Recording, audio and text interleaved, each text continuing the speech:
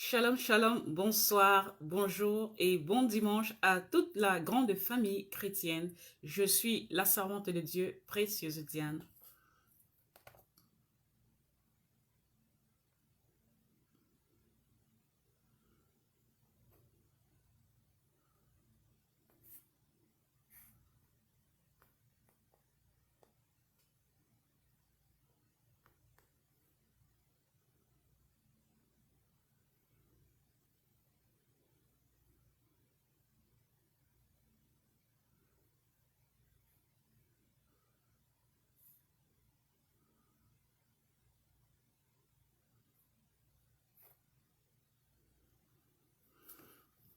Bonsoir frère Romuald, bonsoir servante de Dieu. Tel est le message de notre frère Romuald qui est dans la logistique. Il est celui-là qui nous aide, qui nous soutient afin que cette émission soit diffusée, afin que le paramétrage soit adéquat pour que nous soyons ensemble tous les dimanches.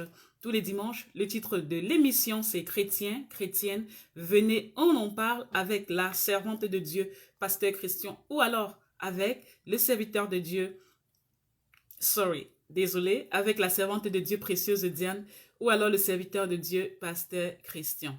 Shalom, shalom, shalom à tous. Chrétiens, venez, on en parle.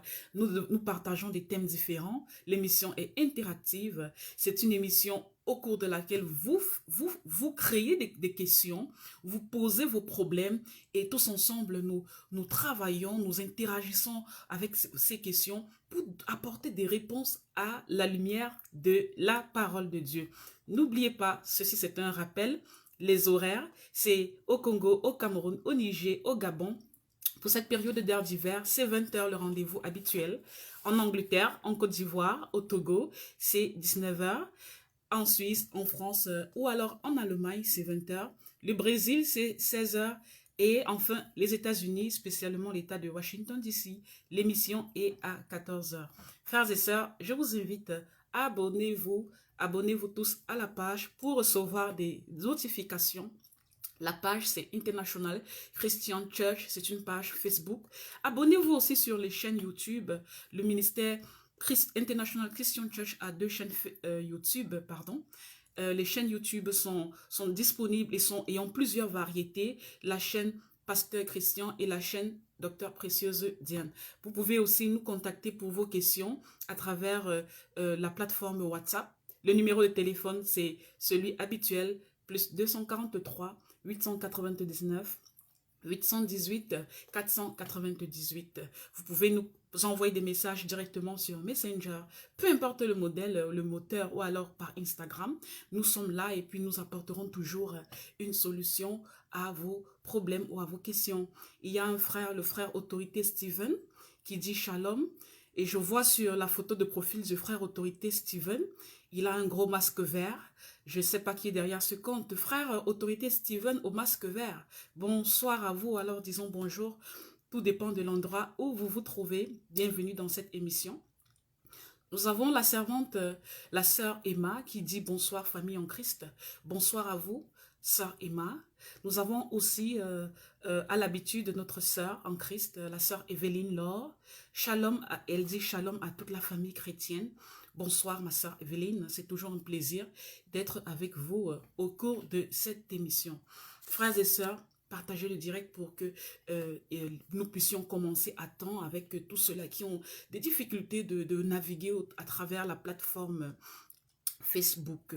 Les questions peuvent être bibliques, vos questions aussi peuvent être extra-bibliques. Vous pouvez partager vos histoires personnelles, vous pouvez partager vos témoignages, vous pouvez partager des appels à l'aide ou alors des appels à l'aide parce que nous sommes dans l'entraide de la communauté chrétienne. C'est vous qui faites cette émission, frères et sœurs en Christ. Et encore, bon dimanche à vous tous. Nous avons, frères et sœurs, associés dans cette communauté, une majorité qui est francophone, mais nous avons aussi une majorité anglophone, donc disons une minorité, permettez-moi, une minorité anglophone, donc nous allons commencer à répondre aussi aux questions en anglais pour cette minorité anglophone qui nous contacte à travers YouTube ou à travers les commentaires YouTube et pour ceux-là qui voudraient des réponses pour l'édification commune. L'émission est enregistrée tous les dimanches sur le compte du ministère International Christian Church, le visionnaire de ce ministère. Vous le connaissez tous, c'est le serviteur de Dieu, le pasteur Christian. Donc, frères et sœurs, bonsoir encore à vous tous et c'est un plaisir de vous avoir parmi nous ce soir. Nous avons plusieurs questions. Les questions, nous avons commencé les réponses depuis la dernière fois, puisque nous avons eu, disons, une semaine sans enregistrement. Nous avons commencé à répondre à toutes ces questions qui étaient accumulées. Nous n'avons pas terminé la dernière fois. Donc, s'il plaît à Dieu, voilà, nous allons terminer aujourd'hui avec la toute longue liste de questions. Nous avons encore d'autres questions qui se sont surajoutées. Frères et sœurs, je vais vous donner la liste des questions. Si une personne ne suit pas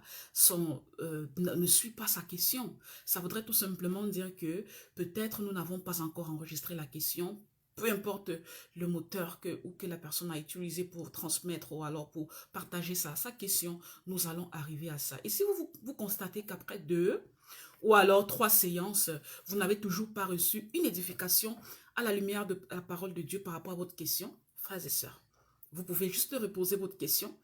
Et si vous aviez utilisé peut-être un moteur, c'est-à-dire ça peut être Instagram, ça peut être Messenger, ça peut être le live, vous n'avez pas eu d'édification, de réponse, sentez-vous libre de reposer, peut-être en utilisant un autre moteur.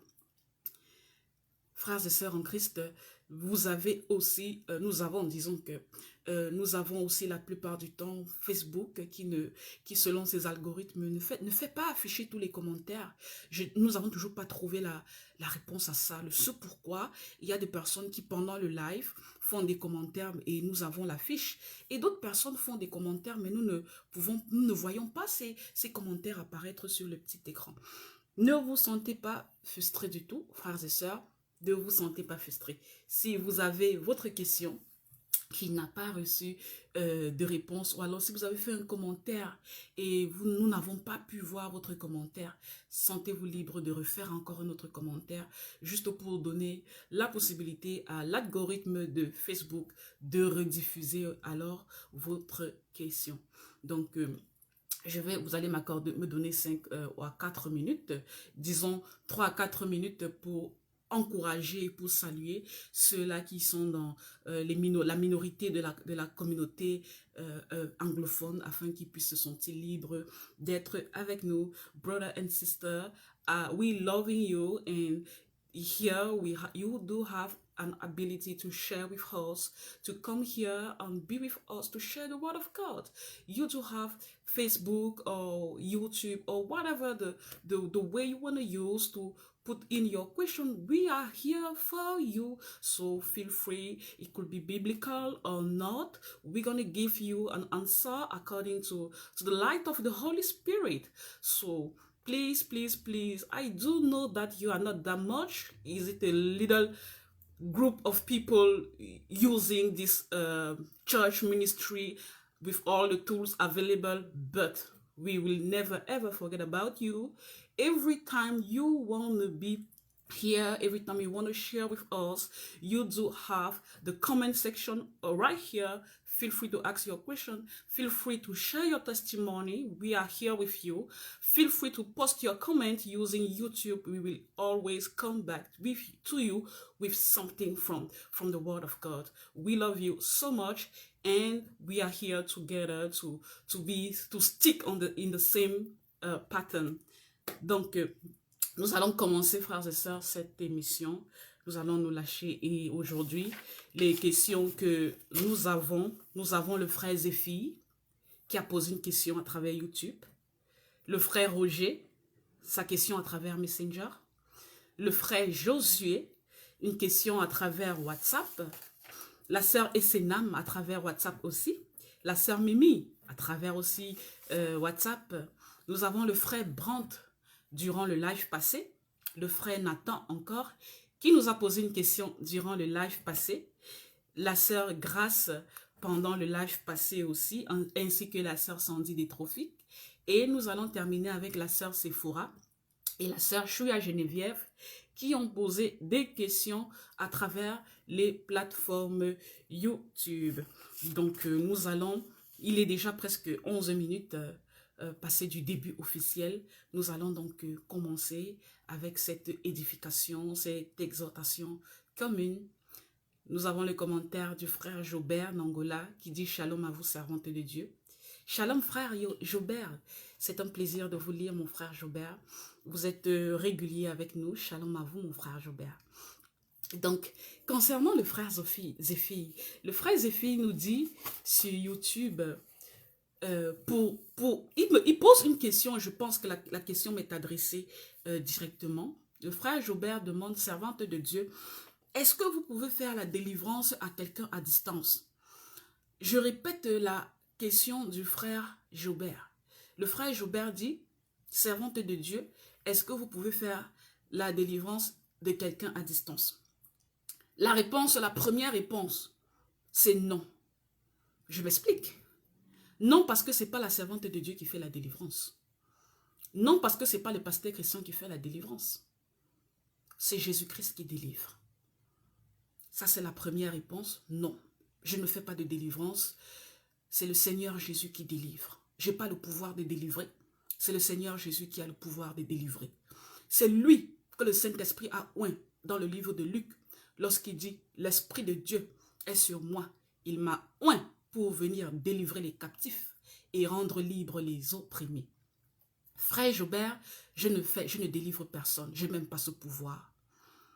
Par contre, si vous posez la question en me disant « Servante de Dieu précieuse Diane, est-ce que dans le ministère International Christian Church, vous pouvez assister des gens pour leur séance de délivrance à distance? » Dans ce cas, je répondrai oui. Le pasteur Christian et moi-même, nous assistons les âmes de Dieu pour les guider dans le processus de la délivrance à distance. Pour un petit rappel, pour ceux-là qui ne sont pas familiers ou bien qui n'ont pas l'habitude d'assister à cette émission directe, nous avons déjà parlé de ça la dernière fois. Il y a 3 types de délivrance. Il y a l'autodélivrance, c'est-à-dire que c'est l'individu qui recherche sa délivrance, qui lui-même, selon ses inspirations, selon sa connaissance, va établir un programme de prière et prier lui-même pour sa propre délivrance. On appelle ça l'autodélivrance. En 2, nous avons ce qu'on appelle la délivrance guidée. Dans la délivrance guidée, c'est un encadreur, ça peut être un serviteur de Dieu ou une servante de Dieu, qui vous donne des instructions, vous guide, peut-être vous accompagne ou pas avec certaines prières, mais vous guide dans le processus du début jusqu'à la fin pour pouvoir obtenir votre délivrance du monde des ténèbres ou de l'esclavage de Satan. C'est une délivrance guidée. Et les délivrances guidées, ça peut se faire par téléphone, ça peut se faire par les plateformes, la technologie est très avancée aujourd'hui. On vous guide, on peut même vous accompagner avec des prières préenregistrées. Enfin, troisièmement, il y a les délivrances assistées. Dans cette catégorie de délivrance, c'est le serviteur de Dieu ou la servante de Dieu qui décide de prendre autorité, de prier pour vous, pour briser les choses à briser, pour chasser les esprits impurs dans le séjour des abîmes, pour prier pour la guérison, pour réclamer ce qu'il y a à réclamer. Et vous, la seule chose que vous faites, c'est de vous amener là avec votre foi et d'y croire afin que la grâce de l'Éternel se manifeste sur vous. Dans ces 3 catégories de délivrance, la plupart du temps, la délivrance est guidée. Dans le contexte du 21e siècle, ça peut se faire par téléphone, ça peut se faire à distance. Le Seigneur Jésus peut exaucer les prières de ceux qui recherchent la délivrance à travers ces plateformes disponibles aujourd'hui qu'on appelle les réseaux sociaux, les plateformes de communication à distance. Frère Zéphi, je pense avoir répondu à votre question. Deuxième question. Nous avons un frère qui est le frère Roger. Il a posé cette question à travers la plateforme Messenger. Le frère Roger, avant d'arriver sur cette question, je vais d'abord saluer les bienvenus. Nous avons, vous allez m'excuser, la sœur Sandy des Tropiques qui dans son commentaire dit « Shalom à toute la famille ». Shalom à vous, ma sœur Sandy des Tropiques. Nous avons à côté la sœur Julka Camilla qui dit dans son commentaire: bonsoir servante de Dieu et shalom à vous tous frères et sœurs en Christ. Bien le bonsoir à vous, ma sœur Julka Camilla. Nous sommes ravis d'être avec vous ce soir. Donc, le frère Roger, à travers Messenger, pose une question très intéressante. Le frère Roger nous dit: je voudrais recevoir un enseignement sur la sanctification et la purification pour pratiquer dans ma vie afin d'être agréable à Dieu. Notre frère Roger a le désir de recevoir un enseignement sur la sanctification et la purification pour pratiquer dans sa vie afin d'être agréable à Dieu. Il y a une petite erreur dans la question du frère. Je vais venir sur cette erreur-là, je vais d'abord la corriger et je vais donner un élément de réponse à notre frère Roger. Frère Roger, il faut d'abord comprendre c'est quoi la sanctification, c'est quoi la purification. La sanctification est un processus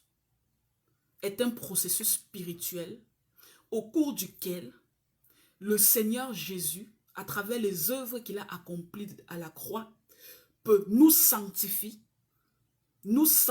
afin que nous devenions saints. Saints comme qui? Saints comme le Père. Car il dit: soyez parfaits, soyez saints comme le Père est saint.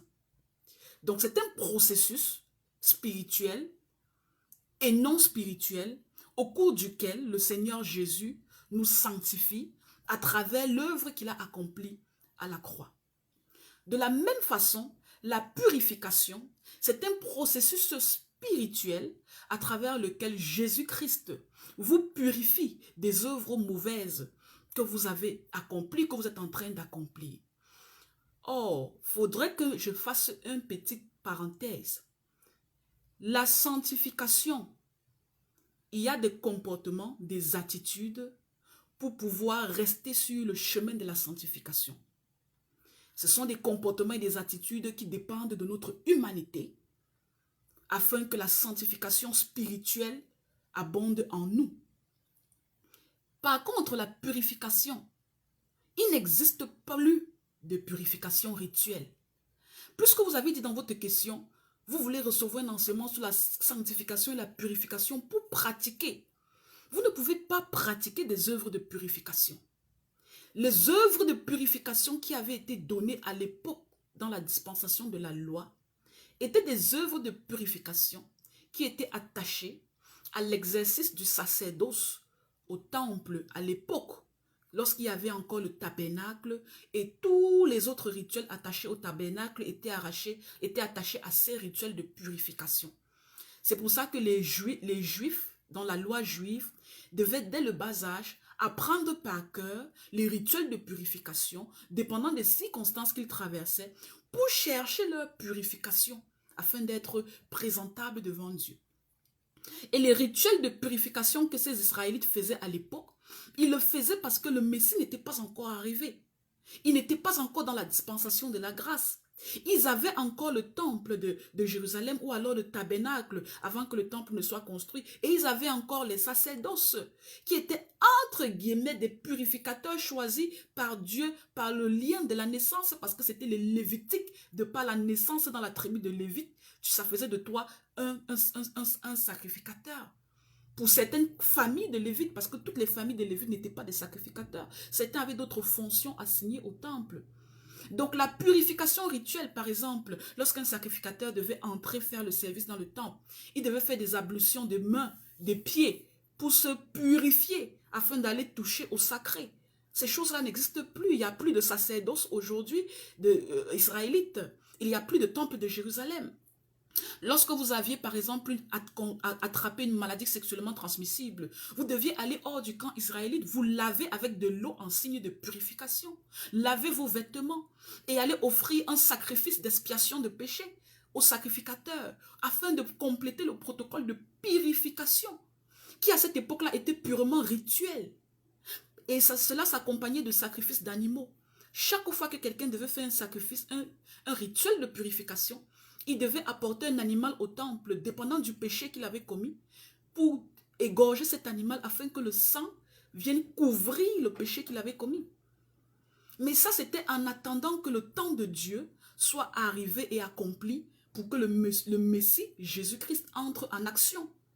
L'ancienne alliance n'ayant pas été bonne, ayant été insuffisante, il a fallu que Jésus-Christ lui-même, en mourant sur la croix de Golgotha, fasse couler son sang pour nous enlever de l'ancienne alliance qui était ineffective et nous ramener dans la nouvelle alliance qui cette fois-ci est signée et scellée par le sang de Jésus.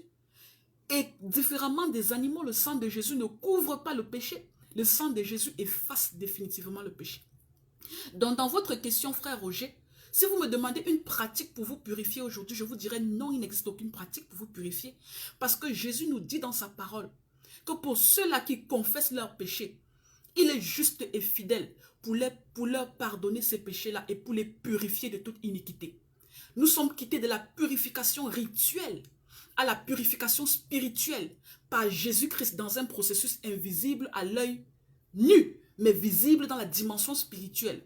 Donc, le jour où Précieuse Diane a accepté Jésus-Christ comme Seigneur et Sauveur, le jour où j'ai confessé de la bouche et j'ai cru dans le cœur, le jour où j'ai accepté de me repentir de mes œuvres mauvaises, le jour où je suis passé par la transformation de la nouvelle naissance, ce même jour-là, le Seigneur Jésus-Christ m'a purifié de tous mes péchés. Est-ce que j'ai eu à pratiquer un rituel spécial? Non, ça n'existe plus. Est-ce que j'ai eu à couper la tête d'un bouc pour me purifier du sang du bouc ou de la poule? Ça n'existe pas. Jésus m'a purifié comme il est dit dans la parole. Et je l'ai reçu par la foi. Quand je vous donne ces réponses-là, ça veut dire qu'on va se limiter uniquement à la sanctification. La sanctification, processus de sanctification. Il n'y a rien que vous puissiez faire sur terre qui pourrait vous rendre saint selon la volonté de Dieu. Parce que la Bible nous dit que toi, ton habit, tout ton vêtement est un habit souillé devant Dieu. Peu importe ce que vous faites humainement, pour être saint dans la dimension de la sainteté de Dieu, c'est Jésus-Christ seul qui peut vous sanctifier. Plus qu'il le dit, il nous le dit aussi dans sa parole. Il est celui qui nous sanctifie. Mais, à côté de cette sanctification spirituelle, il y a des choses que nous pouvons faire ou que nous faisons tous les jours qui vont entacher l'état de sanctification qu'on reçoit par la présence du Saint-Esprit dans notre vie. Il y a le péché. Chaque fois que vous allez commettre un péché, mon frère, chaque fois que vous allez pratiquer le péché, vous allez entacher l'état de sanctification que vous avez. Pourquoi? Parce que vous allez éteindre la flamme du Saint-Esprit qui est en vous. Cette flamme qui brille permanemment étant enfant de Dieu en vous, et cette flamme-là qui vous maintient dans un état de sanctification selon la volonté de Dieu. Chaque fois que vous faites un péché, vous éteignez la flamme du Saint-Esprit et vous entachez l'état de sanctification que le Seigneur Jésus peut vous accorder. Donc, à la question, à votre réponse, comment faire pour pratiquer la sanctification afin d'être agréable à Dieu? Je dirais qu'il faut commencer par écouter la parole de Dieu et la mettre en pratique. Simple. Si vous écoutez la parole de Dieu, vous ne la mettez pas en pratique, vous devenez un religieux. Un religieux est une personne qui connaît la Bible, qui maîtrise tous les versets de la Bible, qui connaît parfaitement la volonté de Dieu, mais qui refuse de la mettre en pratique. Il y a beaucoup de religieux dans l'église du 21e siècle. Il y a beaucoup de dénominations où les religieux sont nombreux. Mais est-ce qu'il y a des disciples de Christ? Non. Plusieurs connaissent la Bible, mais plusieurs aussi ne la mettent pas en pratique. Parce que ce qui fait la différence entre un religieux et un chrétien, c'est que le chrétien, en plus de connaître la parole de Dieu, il la met en pratique comme un vrai disciple de Christ. Or, le religieux, il connaît, il lit les Écritures, mais il refuse de mettre en pratique. Il n'a jamais été disciple de Christ parce qu'il n'a pas choisi le seul chemin, la seule vérité et la seule vie qui est Jésus. Donc, comment pratiquer la sanctification tous les jours? À 3 niveaux. Comment maintenir l'état de sanctification? La sanctification doit être maintenue à 3 niveaux, mon frère Roger. La sanctification des pensées, la sanctification des paroles et la sanctification des actes. Qu'est-ce qui se passe dans votre tête tous les jours? Est-ce que vous êtes un homme qui convoitez les femmes d'autrui? Est-ce que vous êtes un homme qui vous fait défiler des films des images à caractère pornographique pour peut-être vous masturber plus tard? Est-ce que vous êtes un homme qui convoitait la femme d'autrui? Est-ce que dans vos pensées, vous pensez parfois à voler un peu? Vous pensez un peu à planifier des mensonges? Quelles sont les pensées qu'il y a dans votre tête, mon frère? Pourquoi, frère Roger, je vous parle de vos pensées? Parce que tout ce qui est dans la pensée, plusieurs choses, c'est vrai, Satan influence beaucoup nos pensées. Il nous injecte des pensées qui ne nous appartiennent pas. Satan peut vous parler en journée. Il dit, regarde le derrière de la femme qui passe. Si Satan me fait venir ça dans la pensée, en connaissant la parole de Dieu, s'il me dit regarde à droite, c'est à ce moment-là que moi je regarde à gauche. Parce que j'ai reçu une pensée, mais elle n'est pas la mienne, et je refuse de faire communion avec cette pensée. Donc, lorsque j'ai une pensée qui est dans ma tête, est-ce que cette pensée, ça glorifie Dieu? Si ça glorifie Dieu, je suis à l'abri. Si ça ne glorifie pas Dieu, ça veut dire que j'ouvre une porte spirituelle. Satan va passer par là pour me torturer, me déranger, m'attaquer, me persécuter. Et je vais progressivement éteindre la flamme du Saint-Esprit et détériorer mon état de sanctification. Jésus a dit, Moïse vous a dit à l'époque certaines choses. Mais moi aujourd'hui, je vous dis d'autres choses. À l'époque, c'était celui qui couche avec la femme d'autrui est un adultère. Mais aujourd'hui, moi je vous dis, Moïse vous a dit ça, c'est vrai. Mais moi aujourd'hui, Jésus, je vous dis, si vous convoitez cette femme dans la tête, vous avez déjà fait l'adultère avec elle. Je ne suis pas venu abolir la loi de Moïse. Je suis venu la confirmer. Donc, frères et sœurs, chaque fois que vous avez des pensées dans la tête qui ne glorifient pas le Seigneur, ce sont des pensées que vous avez maintenues, vous avez entretenues et cela vient de votre cœur. Et quand cela vient dans votre cœur, la Bible dit que ce n'est pas ce qui entre en vous qui vous souille, mais c'est ce qui sort de vous. Parce que c'est dans le cœur que naissent les convoitises. C'est dans le cœur qu'il y a le siège de tout ce qui est négatif. Les pensées. Gardez vos pensées saines. Ce sont des pensées qui, à longueur de journée, doivent glorifier le Seigneur. Luttez pour ça. Deuxièmement, il y a la parole. Les gens, plusieurs personnes se sentent facilement, mentent facilement. Et puis ils vont dire, le mensonge c'est mon péché mignon. Ça, de toutes les façons, Dieu comprend. Il sait déjà que je suis un menteur. Ça, je ne peux pas changer. Il y a des gens qui, par la bouche, ont la facilité de prononcer des gros mots. Moi, je suis dans un pays, je vis dans un pays où les gens, dans le slang et dans le jargon, les gens ont la possibilité de prononcer des gros mots à tout bout de chemin. Le gros mot qui commence par F là, tout le monde aime bien le prononcer. Le gros mot qui commence par B. A lot of people, plusieurs personnes aiment prononcer des mots pareils. Mais les mots que vous prononcez pareil, ça salit votre âme. Chaque fois que vous allez prononcer un mot grossier, vous salissez votre âme. Chaque fois que vous allez mentir à un frère ou à une soeur, vous salissez votre âme. Chaque fois que vous allez porter de faux témoignages et faire le commérage, vous salissez votre âme. Le Seigneur a dit, les efféminés, les menteurs, les ivrognes, tous ils ils hériteront le feu de l'enfer. Dieu n'est pas un menteur. C'est Satan qui vous fait penser qu'il y a des péchés avec lesquels on doit être confortable parce que Dieu comprend. Dieu ne comprend pas. Et je parle toujours à cette sœur-là, pendant toutes mes émissions, je lui dis, je parle toujours à cette sœur-là, j'espère qu'elle m'écoute et qu'elle me comprend. Cette sœur-là triche à l'école. Elle triche à l'école. Il y a quelqu'un qui fait ses devoirs à sa place. Et elle, son prétexte, c'est que Dieu comprend. Je suis occupée, j'ai beaucoup de choses dans ma vie. Dieu ne comprend pas. Satan te pousse à être confortable dans la tricherie et te pousse à croire que Dieu parfait et Dieu saint est un Dieu qui peut descendre du haut de sa sainteté pour se rabaisser à ton degré de péché. Dieu ne fait pas ça. C'est pour ça qu'il a dit à un moment donné à David, mais à un moment, il a dit à David, tu pensais que je t'ai descendu à ton niveau. Non. Jésus nous dit, soyez saints comme le Père est saint. Il nous invite à maintenir cet état de sainteté en fuyant le péché. La sanctification des paroles. Et n'oubliez jamais, frères et sœurs, que c'est de l'abondance du cœur que la bouche parle. Quand le cœur est mauvais, ce qui sort de la bouche, c'est mauvais. Quand le cœur est hypocrite, ce qui sort de la bouche est hypocrite. La crainte du Seigneur, la sagesse, la crainte de l'Éternel, c'est le commencement de la sagesse. Troisièmement, il y a la sanctification des actes. Quels sont les actes que vous posez tous les jours au quotidien? Est-ce que vos actes sont en accord avec la parole de Dieu? Est-ce que vos actes glorifient le Seigneur? Est-ce que vos actes montrent de l'amour à votre prochain? Est-ce que vos actes vous permettent de vous respecter vous-même en tant qu'enfant de Dieu, en tant que lumière du royaume?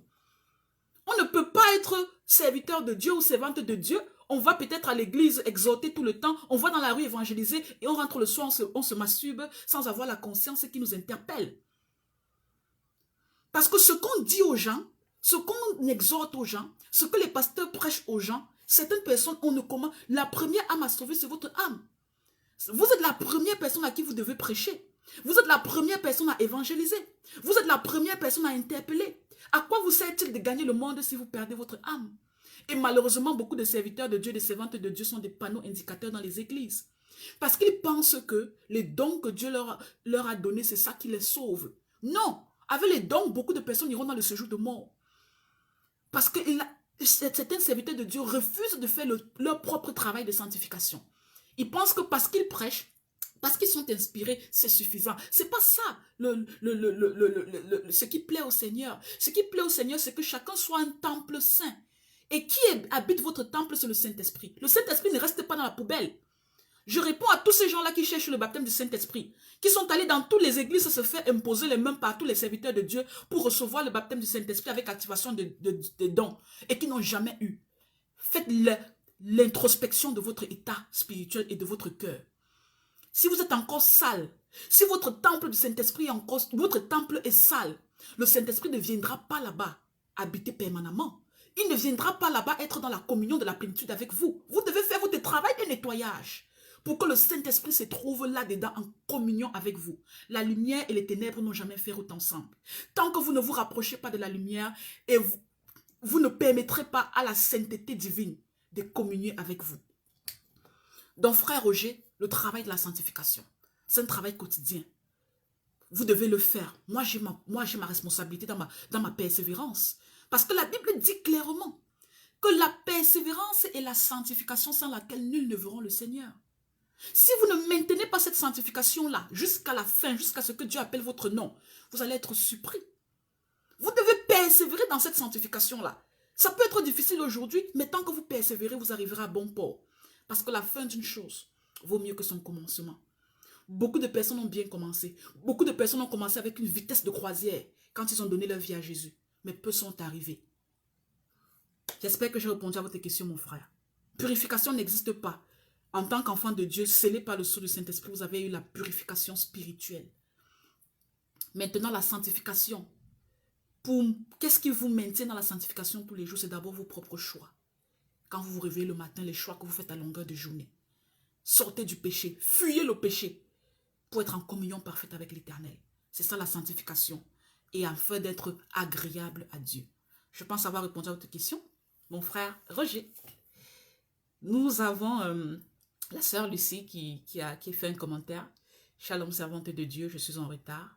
Oui, ma sœur Lucie, vous êtes en retard. Je pense qu'on n'avait pas raté grand-chose. Nous avons troisièmement, le frère Josué. Je vais continuer. Le frère Josué a posé une question à travers WhatsApp. Il dit, dans le livre de Jean, chapitre 5, versets 1 à 12. Frères et sœurs, j'aime bien vous inviter à ouvrir vos Bibles. S'il vous plaît, quand vous venez dans cette émission, ne prenez pas vos Bibles dans vos téléphones.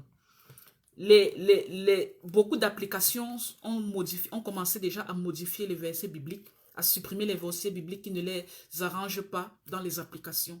Ils sont en train de détruire la quintessence de la parole de Dieu.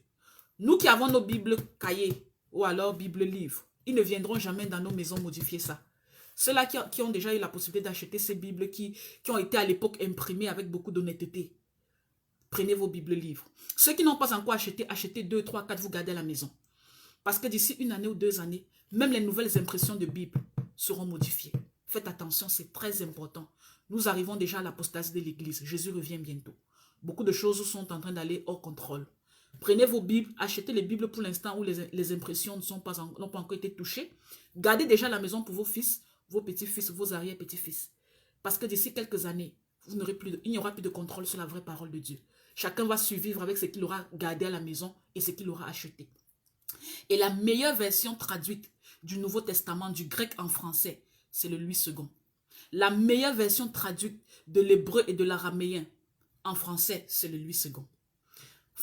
For those of my brother and sister, the one that like to use the English version of the Bible, the real or the good one is the New King James Version. You can also take the King James one, but I do have a lot of difficulties with the King James one because that English is so strong for me. So the real one, I really like it, is the New King James Version. That's the good translation before the Bible, from the Greek to English one. Donc, ouvrons, frères et sœurs, s'il vous plaît, Jean. Ouvrons dans le Jean chapitre 5. L'évangile de Jean, frères et sœurs, je vous attends. Jean chapitre 5, ouvrez à partir du verset 1, s'il vous plaît. Jean chapitre 5, à partir du verset 1. Pourquoi je vous demande d'ouvrir ça? C'est parce que notre frère Josué a posé une question dans ce... Et il nous a donné cette référence de verset biblique. Beaucoup de personnes parmi vous, vous connaissez déjà cette histoire dans la Bible. Donc, je vais juste ouvrir pour que les nouveaux convertis puissent savoir de quoi est-ce qu'on parle. Frère, Jean chapitre 5, versets 1 à 12. Le verset il est très long. Je ne vais pas le lire complètement pour que nous gagnions en temps. Je vais juste lire à partir du verset qui concerne la question du frère. S'il vous plaît, on va commencer à lire à partir du verset 5 jusqu'au verset 10. Jean chapitre 5, du verset 5 jusqu'au verset 10, je lis la parole de Dieu, frères et sœurs. Là se trouvait un homme malade depuis 38 ans. Jésus, l'ayant vu coucher et sachant qu'il était malade depuis longtemps, lui dit, « Veux-tu être guéri ?» Le malade lui répondit, « Seigneur, je n'ai personne pour me jeter dans la piscine. Quand l'eau est agitée et pendant que j'y vais, un autre descend avant moi. » « Lève-toi, lui dit Jésus, prends ton lit et marche. » Aussitôt, cet homme fut guéri, il prit son lit et marcha. C'était un jour de sabbat. Les Juifs dirent donc à celui qui avait été guéri, « C'est le sabbat, il ne t'est pas permis d'emporter ton lit. » Frères et sœurs, notre frère Josué a posé une très belle question. La question du frère Josué, c'est, il dit, Jésus-Christ a guéri un homme malade depuis 38 ans. Lorsque Jésus-Christ lui a dit, prends ton lit et marche, ce lit-là, c'était quoi au juste? Il ne comprend pas c'était quoi le lit dont Jésus lui a dit, prends ton lit et marche. C'est quoi la définition? Le frère Josué pense qu'il y a une réalité, une vérité cachée derrière le lit donc, dont Jésus parle aujourd'hui dans ce verset biblique. La sœur Châtel Ngachou, shalom, shalom à vous, ma sœur. Frère Josué, je réponds à votre question en vous ramenant dans le contexte historique. C'est très intéressant quand vous connaissez le contexte historique juif. Il y a beaucoup de choses que vous allez comprendre dans la parole de Dieu quand vous connaissez le contexte, l'histoire. Parce que l'histoire juive est écrite, même en dehors de la Bible, elle est écrite. Quand vous allez dans les musées, on vous raconte, il y a l'histoire juive, il y a l'histoire allemande, il y a l'histoire congolaise. Il y a toutes les tribus, toutes les nations, tous les pays ont des histoires qui ont été écrites pour garder les archives de comment les peuples ont vécu à un certain moment donné. Donc, dans l'histoire juive, mon frère Josué, les Juifs n'avaient pas le droit de travailler le jour du sabbat. Le jour du sabbat, les Juifs n'avaient pas le droit de travailler. Ça veut dire que tous ces Juifs-là, peu importe ce que tu pouvais faire comme travail, tu ne pouvais pas faire les déplacements, tu ne pouvais pas déplacer les fournitures, tu ne pouvais pas nourrir ou alors tu ne pouvais pas...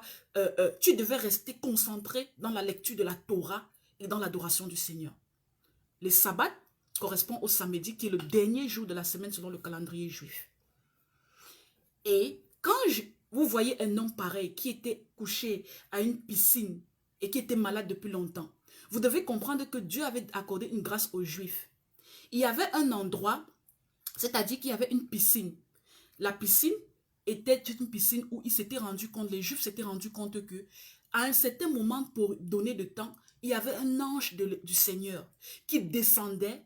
Et lorsque l'ange du Seigneur descendait dans cette piscine-là pendant des périodes strictes, il agitait l'eau et la première personne qui tombait dans cette eau-là est une personne qui recevait la guérison de la maladie qu'il avait. Peu importe la maladie que tu avais. C'est donc pour ça que les pauvres, les estropiés, les handicapés de la nation juive avaient l'habitude de tous d'aller rester là-bas à côté de cette piscine-là pour attendre la visite de l'ange. Et lorsque l'Éternel les visitait, la première personne qui était le plus rapide et qui tombait dans cette piscine-là recevait la guérison miraculeuse. Malheureusement, certaines personnes étaient seules, étaient abandonnées, étaient plus handicapées que d'autres et ne pouvaient pas, et étaient restées là-bas depuis des années, mais n'avaient jamais eu la possibilité de descendre en premier dans la piscine pour bénéficier de la grâce de l'Éternel. C'est le cas de ce monsieur.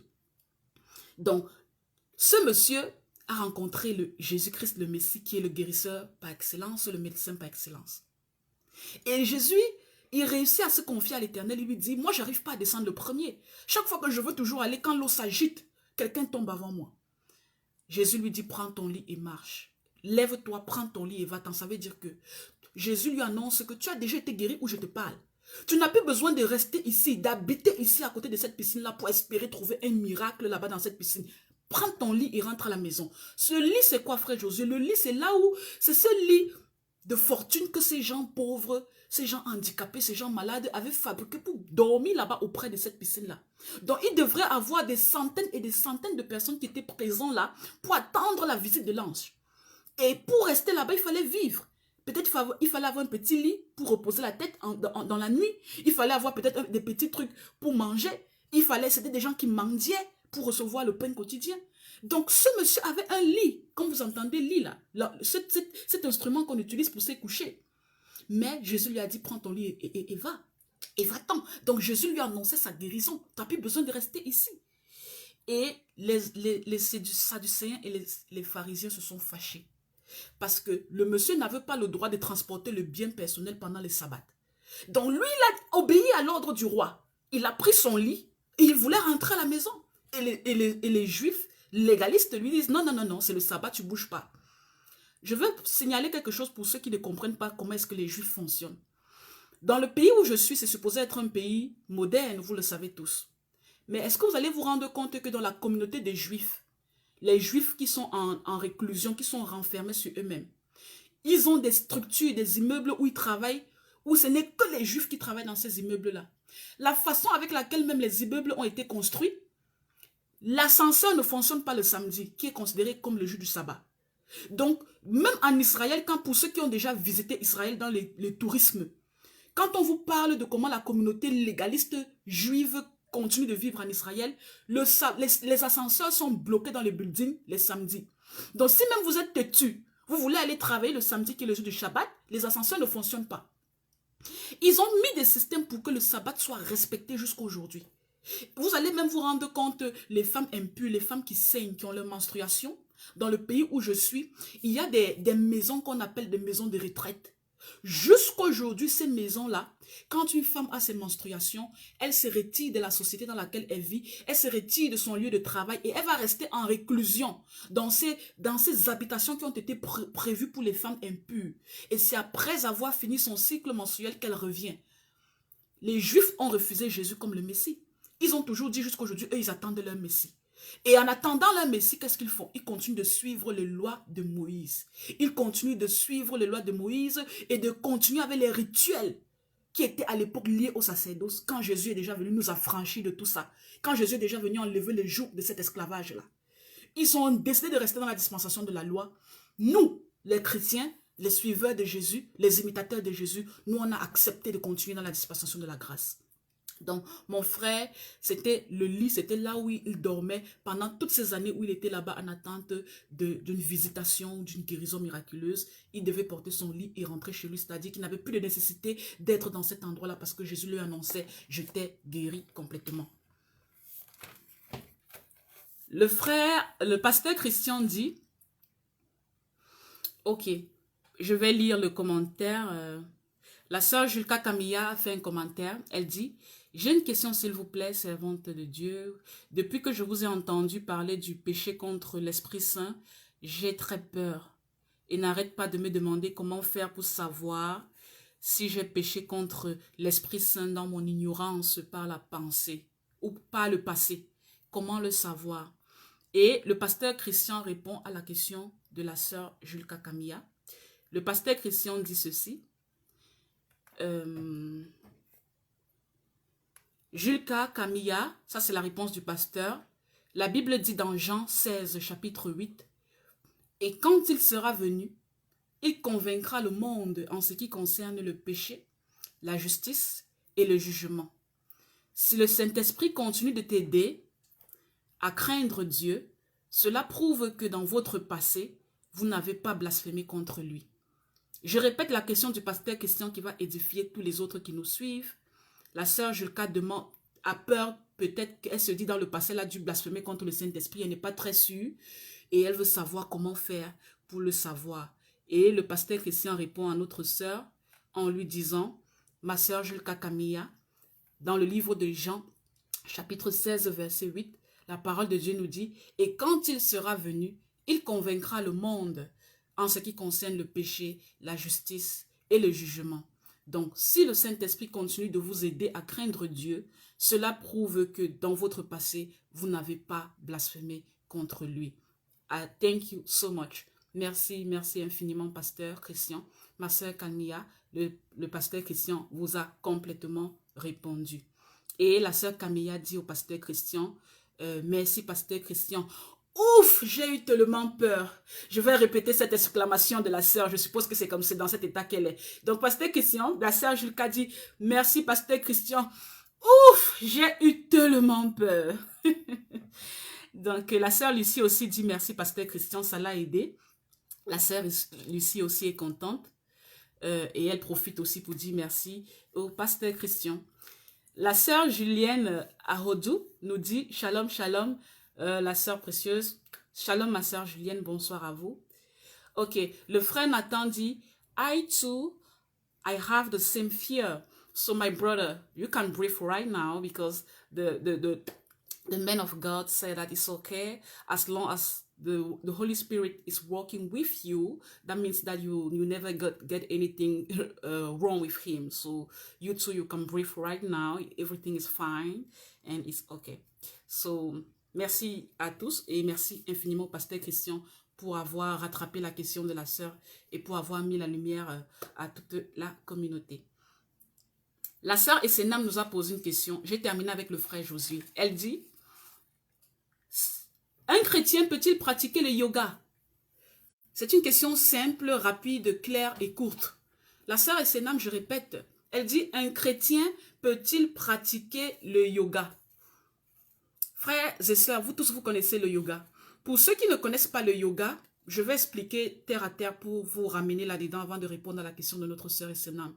Vous allez voir souvent dans certaines disciplines, entre guillemets, les gens ont placé le yoga dans les disciplines sportives et dans la discipline de la relaxation.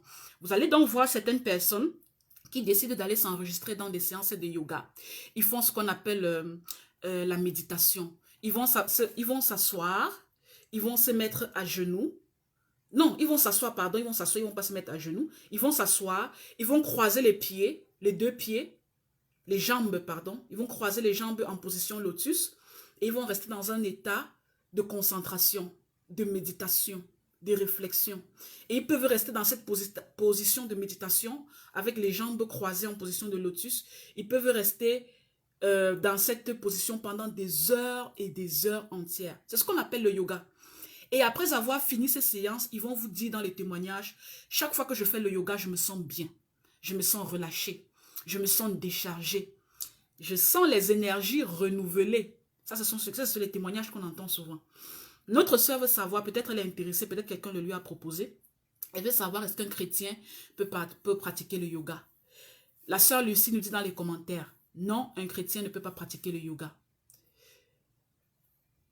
Le pasteur Christian dit, moi j'ai une question aussi servante de Dieu, je peux la poser.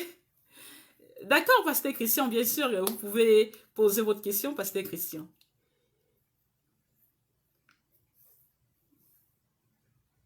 Donc, nous allons répondre à la question de la sœur Essenam. Sœur Essenam, je veux que vous compreniez c'est quoi le yoga et comment et d'où est-ce que le yoga vient.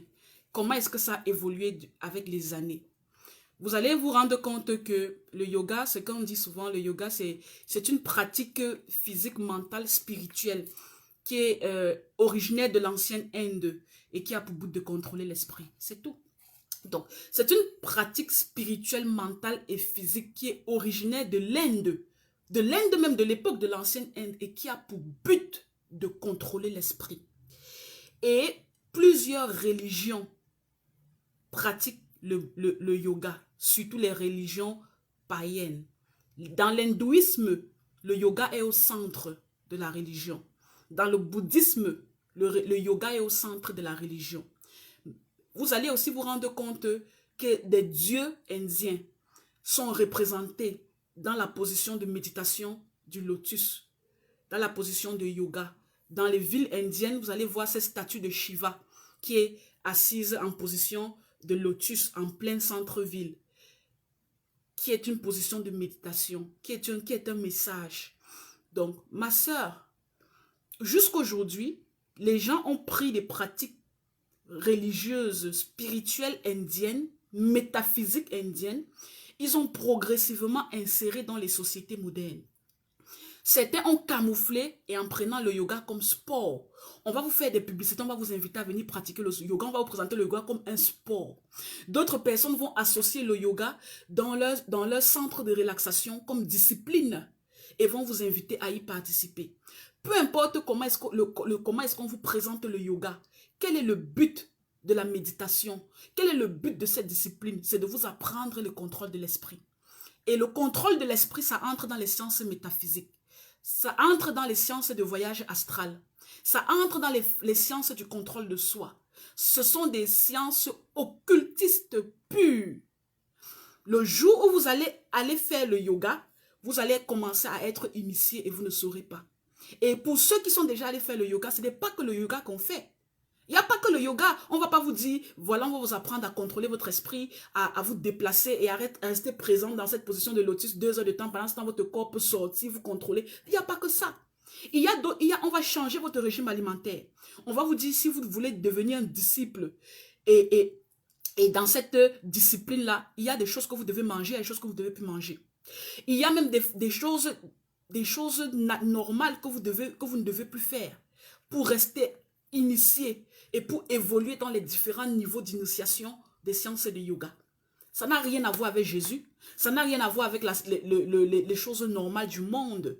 Ce sont des sciences occultes qui sont bien pratiquées dans les religions païennes et qui sont en train d'envahir le monde en changeant de nom pour pouvoir confondre ceux-là qui sont innocents, qui sont naïfs et qui ne savent pas où est-ce qu'ils vont.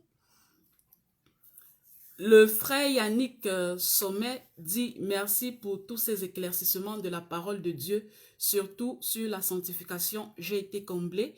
Merci mon frère Yannick pour votre feedback. C'est ça l'objectif, c'est que chacun puisse être édifié à la parole de Dieu, que toute la gloire revienne à notre Seigneur Jésus-Christ de Nazareth. Donc ma sœur et Sénam, ne passez pas dans cette science-là. N'allez pas vous faire initier, ne pratiquez jamais le yoga. Vous n'allez pas vous en sortir. Et lorsqu'on va commencer à inviter les démons de Shiva et les déesses de Shiva pour vous aider à sortir dans le voyage astral, il ne faut pas pleurer. Parce que c'est comme ça que ces gens font. Ils vont toujours vous donner le dessus de l'iceberg. Ils ne vont jamais vous présenter la face cachée de cette pratique-là. Donc, il y a une autre sœur, la sœur Grâce Rachetée, qui dit Shalom, shalom, ma sœur précieuse Diane, je viens d'arriver. Mes excuses. Ma question est de savoir... si un chrétien peut pratiquer le sport, si oui, lequel? Et aussi, elle voudrait savoir si un chrétien peut aller chez un ostéopathe. Est-ce possible? Très belle question, ma soeur Grâce. Mon frère Romuald, s'il vous plaît, copiez la question pour la prochaine édition. Le pasteur Christian dit, selon vous, sœur précieuse Diane, dans son commentaire, le mieux est de servir Dieu célibataire ou marié. Le pasteur Christian précise que Paul avait servi Dieu en restant célibataire. Et les autres apôtres étaient mariés. C'est quoi le meilleur choix selon moi? Ça, c'est la question du pasteur Christian. Je vais répéter pour ceux qui n'ont pas suivi la question du pasteur. Le pasteur Christian nous dit, selon vous, le mieux est de servir Dieu célibataire ou marié. Paul avait servi Dieu en restant célibataire et les autres apôtres étaient mariés. C'est quoi le meilleur choix selon vous? Très belle question, pasteur Christian. Le choix, nous ne pouvons pas accorder, disons, nous ne pouvons pas donner une réponse selon la parole de Dieu parce que nous voyons très bien que la parole de Dieu clairement nous montre des gens qui ont servi, accompagnés, et ceux qui ont servi non accompagnés. Ça veut tout simplement dire que le choix, la question que vous posez, c'est par rapport à mon opinion, à moi, ce que je considère. Plus que servir marié n'est pas un péché, servir célibataire n'est pas un péché. Ça veut dire que qu'est-ce que Précieux John pense de ça? Pasteur Christian, ça dépend du degré de consécration de tout un chacun. Moi, par rapport à ma vision, par rapport à ma mission, par rapport à mon appel, par rapport à ce que Dieu m'a montré de mon futur et de ce qu'il attend de moi, je me sens confortable de servir Dieu célibataire. Je répète, ça dépend de la relation de chacun avec Dieu, de sa profondeur dans sa consécration, de son appel, de sa mission, de sa vision. Moi, par rapport à ce que Dieu m'a montré, de là où Dieu m'appelle, par rapport à là où il m'amène, je me sens confortable de servir Dieu célibataire. Pourquoi? Parce que en tenant compte de tous les paramètres que je viens de vous donner, le célibat m'est un gain pour atteindre l'objectif que je me suis fixé.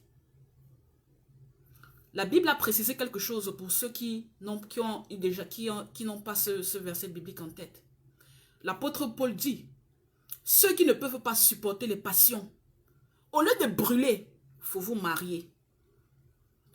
Ça revient à dire que la servante de Dieu précieuse Diane sait supporter les passions. Si je ne pouvais pas supporter les passions, si j'avais des désirs extrêmes, en me disant je ne peux pas rester sans rapport sexuel, je ne peux pas rester sans contact sexuel, je me serais mariée très vite. Parce que je préfère me marier que d'aller brûler. Tout simplement parce que si vous ne vous mariez pas et vous êtes dans la masturbation, vous ne vous mariez pas, vous êtes dans l'adultère, vous ne vous mariez pas, vous êtes dans l'impudicité, vous allez brûler. Pourquoi? Parce que vous n'avez pas supporté les passions. Précieuse Dame supporte les passions.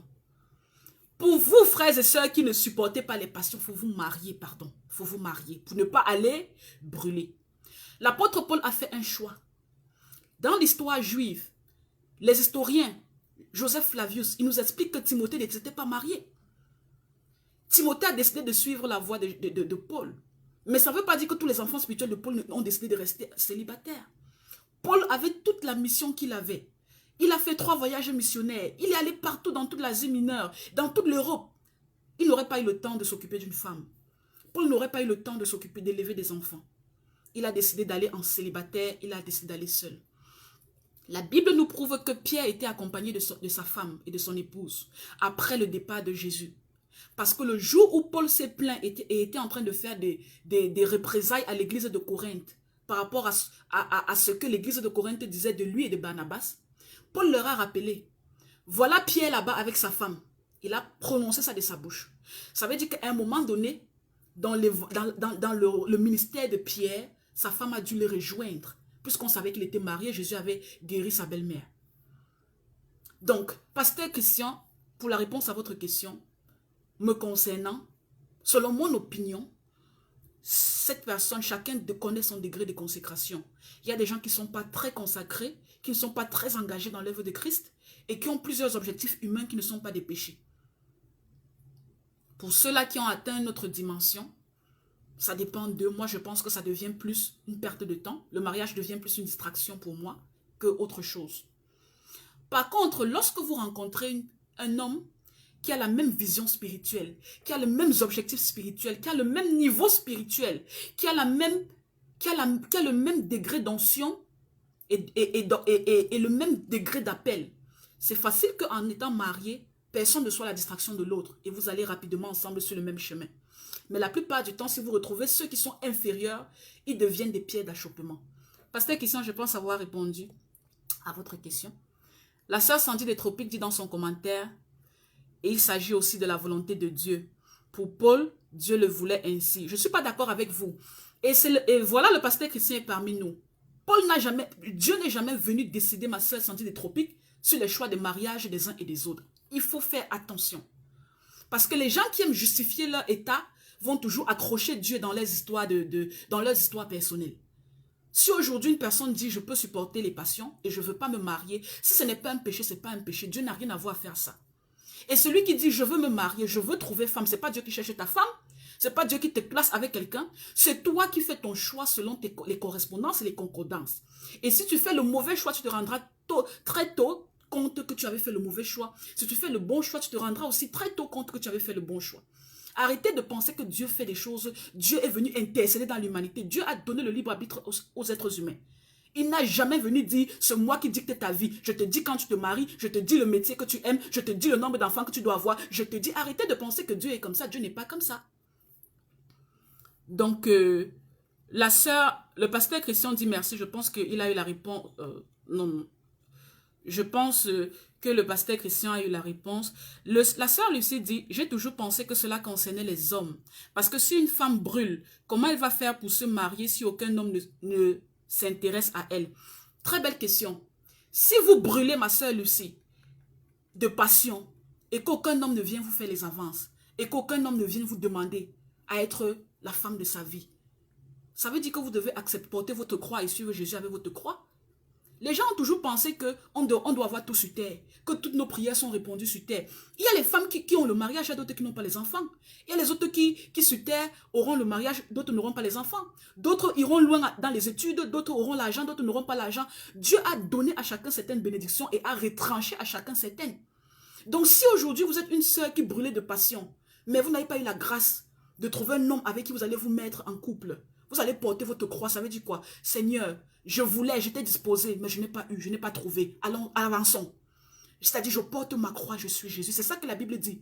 Toi, prends ta croix et suis-moi. Nous tous, nous avons des croix à porter. Il y a des hommes même qui ont trouvé le mariage, mais qui ont trouvé de mauvaises femmes. Et dans ce mauvais mariage dans lequel cet homme est, il doit faire quoi? Il va porter sa croix et suivre Jésus. D'autres même ont réussi à trouver le bon mariage, mais ils n'ont pas d'enfants. Ils font tout ce qu'il faut, ils n'ont pas d'enfants. C'est quoi que tu as? C'est ta croix. Tu la portes, tu suis Jésus. D'autres ont le mariage, ils ont les enfants, mais ils n'ont pas l'argent pour élever les enfants. Ils n'ont pas l'argent pour aider le mariage à aller de façon aisée. Qu'est-ce qu'il fait? Tu portes ta croix. Dieu a donné à chacun quelque chose et il a retranché à chacun quelque chose. Et le plus tôt, vous savez ce que vous n'avez pas, le plus tôt, vous prenez la bonne décision de continuer de suivre Jésus malgré vos carences. Le mieux est. Ma soeur Lucie, je crois que j'ai répondu à votre question. Le pasteur Christian dit, que conseillez-vous à celui ou celle qui ne sait pas se décider entre les deux? S'il faille leur proposer la meilleure décision, quelle sera votre proposition? Ça, c'est la question du pasteur Christian. Si je rencontre une personne qui n'arrive pas à se décider de savoir est-ce que je dois me marier ou est-ce que je dois rester célibataire, voilà le conseil que je donnerai, pasteur Christian, à cette personne. Je lui dirai premièrement, quels sont tes objectifs sur terre? Quelle est ta priorité sur terre? Il y a des gens qui leur priorité c'est le mariage. Il y a d'autres qui leur priorité c'est d'avoir un certain degré dans leur relation avec Dieu. Quelle est ta priorité, mon frère? Si la personne me dit, ma priorité en tant que femme, c'est de mourir mariée, c'est de ne pas quitter cette terre sans être mariée, je lui dirai, eh bien, continue la prière et continue de chercher activement celui-là qui te correspond. Si quelqu'un me dit, ma soeur, ma priorité c'est de servir Dieu, que ce soit un homme, que ce soit une femme, ma priorité c'est de servir Dieu. Ma priorité c'est de consacrer toute ma vie pour faire avancer l'œuvre de Dieu. Je dirai à cette personne, eh bien tu n'as pas de problème de te soucier du mariage. Et reste focalisé sur tes objectifs. Donc tout dépend de ce que chacun s'est mis comme priorité sur terre. Si ta priorité c'est de servir Dieu, tu as un choix à faire. Si ta priorité c'est de combler les désirs de ton humanité en te mariant ou avoir un enfant ou en faisant tout ce que ton humanité te pousse à faire, ok, fais-le. Mais on ne peut pas servir deux lièvres à la fois. On ne peut pas avoir deux priorités au même moment. Il y a toujours quelque chose qui doit être au-dessus et quelque chose doit être en dessous. Donc, le pasteur Christian fait un commentaire pour cette sœur-là qui a dit ici, la sœur Sandy de Propic, que c'est la volonté de Dieu que quelqu'un puisse se marier. Le pasteur Christian fait un commentaire ici, ma sœur. Le pasteur Christian vous dit, se marier ou ne pas se marier, c'est pas Dieu qui décide à votre place. Merci, pasteur Christian. Le pasteur Christian ajoute encore, c'est la sœur qui a dit ça, Dieu n'a jamais décidé à la place de Paul. La sœur là se trompe. Sœur, c'était qui? C'était sœur Sandy de Tropique? Je ne sais pas quelle sœur c'était, j'ai oublié. Peu importe, il y a une sœur qui nous a dit ici que c'était la volonté de Dieu que Paul reste célibataire. C'est à vous que le pasteur Christian est en train de répondre. Le pasteur Christian dit, Dieu n'a jamais décidé à la place de Paul. Cette sœur se trompe. Et il précise, se marier ou ne pas se marier, c'est pas Dieu qui décide à votre place. Merci, pasteur Christian. Et la sœur Châtel dit vérité. La sœur dit merci, bonne réponse, gloire à Jésus-Christ de Nazareth. Et le pasteur Christian précise encore, il a une autre question. Puis-je ajouter à votre réponse quelque chose à la question de la sœur Lucie? Oui, pasteur Christian. Sœur Lucie, par rapport à votre question, la sœur Lucie a posé une question en disant si elle brûle de passion pour le mariage, non, pas pour le mariage, si elle brûle de passion, c'est-à-dire que si une sœur a des passions, des désirs de rapport sexuel, mais qu'elle n'arrive pas à trouver quelqu'un qui va l'épouser, comment donc faire? Le pasteur Christian va compléter, va faire un ajout de réponse à la réponse que nous lui avons déjà donnée. Donc, pendant que le pasteur écrit, d'accord, sœur Lucie, le pasteur Christian va vous faire un complément de réponse par appel WhatsApp. Donc, sœur Lucie, votre rendez-vous avec le pasteur Christian vient d'être programmé et vient d'être officialisé. Je vous conseille, sœur Lucie, vous avez son numéro, appelez-le et avant d'appeler le pasteur, faites-lui d'abord un message. Bonjour, pasteur Christian, je suis la sœur Lucie qui avait besoin de compléments de réponse au cours du direct de la sœur. Puis-je vous appeler maintenant ou alors dans combien de temps? Comme ça, il va vous donner la réponse et vous allez ensemble avoir cet entretien téléphonique. Que le Seigneur soit loué. Non, pasteur Christian, ici c'est impossible. On ne peut pas faire d'appel direct par WhatsApp. C'est malheureusement impossible de faire d'appel pendant le live. Donc, le pasteur Christian voudrait que les autres en bénéficient. Ce que je vous propose, pasteur Christian, vous pouvez nous faire l'honneur de diriger le live la prochaine session. Comme ça, vous allez directement répondre à la sœur Lucie qui sera avec nous dans le direct. Elle va poser ses questions, vous allez répondre directement et l'édification sera commune. Donc, frères et sœurs, dimanche prochain, c'est le pasteur Christian qui va nous administrer le live. Il va utiliser cette occasion pour répondre directement à la question de la sœur Lucie pour que l'édification soit commune. Il ne peut pas le faire par WhatsApp parce qu'il ne veut pas qu'elle seule soit édifiée. Il voudrait que toutes les personnes présentes qui se posent les mêmes questions soient aussi édifiées. Nous avons déjà le temps qui a filé. Nous allons répondre à quelques questions avant de se séparer, frères et sœurs. Nous allons répondre rapidement avant de se séparer. Il y a encore plusieurs questions où je vous ai donné plusieurs noms et malheureusement, toutes les questions ne seront peut-être pas abordées. Nous avons il y a le frère Brandt qui dit, est-ce que tous ceux qui disent que le Saint-Esprit m'a dit, alors que ce n'est pas le Saint-Esprit qui le leur a dit, parce qu'il se rend compte que sur les réseaux sociaux, beaucoup de gens se lèvent, ça peut être des faux prophètes, ça peut être des pasteurs qui ont besoin d'attirer les regards sur eux, beaucoup de gens disent, voilà, Dieu m'a dit, Dieu m'a dit. Le frère Brandt est en train de demander, est-ce que Dieu m'a dit, est-ce que si quelqu'un dit Dieu m'a dit alors que ce n'est pas Dieu qui le lui a dit, est-ce que ce n'est pas un blasphème contre le Saint-Esprit? C'est ça la question du frère Brandt. Tous ces gens qui disent le Saint-Esprit m'a dit, le Saint-Esprit m'a dit, alors qu'au fond ce n'est pas le Saint-Esprit. Est-ce que ce n'est pas un blasphème? Frère Brandt, Jésus-Christ lui-même a défini le blasphème. Il a dit c'est tous ceux qui parleront mal contre le Saint-Esprit.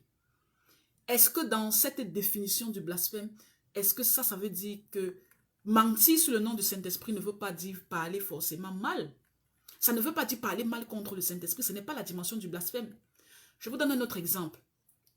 Je suis en train de prier et j'ai l'impression que je reçois un message. Un message que j'attribue au Saint-Esprit. Et je suis en train de me tromper. Je suis enfant de Dieu. Oh Seigneur, je viens de recevoir un message dans lequel tu m'as dit demain j'aurai une élévation au travail. Merci Jésus, merci Jésus. Je vais le Saint-Esprit qui m'a dit ça, je suis sûr, merci Jésus. Je vais à mon travail, j'attends qu'on me lève, on ne me lève pas. Quand je rentre le soir, je dis, Seigneur, je m'étais trompé. Ce n'était pas toi qui m'avais donné le message. Peut-être ça devait être l'ennemi qui a simulé. En étant sûr que c'était Dieu qui m'avait parlé, je me suis trompée. J'ai menti en fait. Mais est-ce que me tromper, ça fait de moi une blasphématrice? Non. Je n'ai pas parlé mal contre le Saint-Esprit. Je peux avoir dit, Dieu m'a dit. Et je suis même convaincue de mon Dieu m'a dit. Alors que c'est les événements et c'est le futur qui pourra me montrer que je m'étais trompée. Donc, ce n'est pas un blasphème. Il y a des gens qui sont convaincus que les messages qu'ils reçoivent sont les messages de Dieu. Ils commencent à dire, Dieu m'a dit. Mais après, ils disent, non, non, non, non, non. Après quelques années, non. Quand je fais l'analyse, je reviens en arrière, ce n'était pas Dieu. Je me suis trompée, ce n'était pas Dieu. Il a menti sous le nom du Saint-Esprit. Il a attribué un message. Il a attribué une action au Saint-Esprit. Et après, le Seigneur, dans son amour, lui montre clairement que non, mon fils, ce n'était pas moi. Ce n'était pas moi, c'était quelque chose d'autre. Et la personne, quand certaines choses se manifestent, il comprend qu'il avait tort. Ce n'est pas le blasphème. J'espère que j'ai bien répondu à votre question, frère Brandt. Maintenant, nous avons le frère Nathan. Le frère Nathan nous dit, pourquoi Dieu, dans des versets qu'il a donnés, il a dit, pourquoi Dieu bon, le frère nous a déjà donné des versets. Le livre de Genèse, chapitre 1, le premier livre de la Bible. Le pasteur Christian dit qu'il ne pense pas qu'il fera le live le dimanche prochain. Il dit parce qu'il n'a pas l'onction de faire les lives. Donc, s'il vous plaît, dites au pasteur qu'il a l'onction de faire les lives pour qu'il comprenne que on aura besoin de lui le week-end prochain.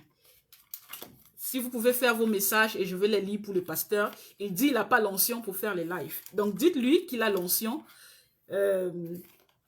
Précisez au pasteur que non, il se trompe. Il a l'onction pour faire les lives. Comme ça, il sera avec nous le dimanche prochain.